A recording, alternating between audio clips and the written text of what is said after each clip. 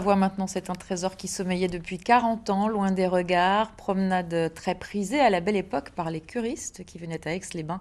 Les gorges du Cierrose accueillent de nouveau du public grâce à la mobilisation de passionnés et d'élus. La visite avec Marion Feutry et Grégory Lespinasse. On se trouve devant l'ancien barrage à voûte mince, un barrage qui a été déconstruit pour des questions de sécurité. Et ce barrage permettait à l'eau d'atteindre un niveau suffisant au fond du canyon pour qu'un petit bateau puisse naviguer au fond des gorges du Cierrose. Se promener le long des gorges du Cierrose, c'est faire un bond dans le temps. Au XIXe siècle, les gorges se parcourent en bateau. Elles incarnent un idéal romantique dont la légende commence avec un tragique accident en 1813.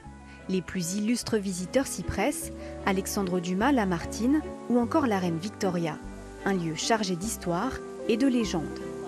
Voilà, cette passerelle qu'on appelle la passerelle des contrebandiers permet de franchir le canyon à un niveau, au niveau du saut du contrebandier, qui est l'endroit où les parois du canyon sont les plus rapprochées. Et la légende dit que les contrebandiers sautaient d'une rive à l'autre pour échapper aux gendarmes. Aujourd'hui, les gorges du Cierrose entament une nouvelle page de leur histoire.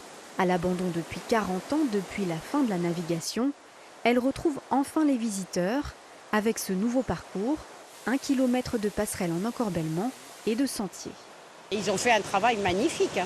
Ils ont tout débroussaillé, tout.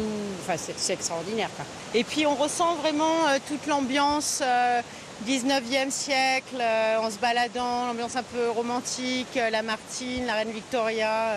On ressent tout ça. Donc c'est un bon endroit, il faut venir, c'est très beau. On s'imagine un peu les gens qui, il y a plusieurs années, venaient en barque ou visitaient les gorges. Donc c'est sympa. Notre association, nous avons travaillé pendant 10 ans pour faire connaître ces multiples facettes des gorges. C'est vraiment super que le public, que les visiteurs, mais aussi que les habitants puissent aujourd'hui à nouveau accéder aux gorges du Cierrose. À la fin du parcours, on découvre aussi les vestiges d'un site industriel, l'une des multiples facettes de ce lieu classé patrimoine national.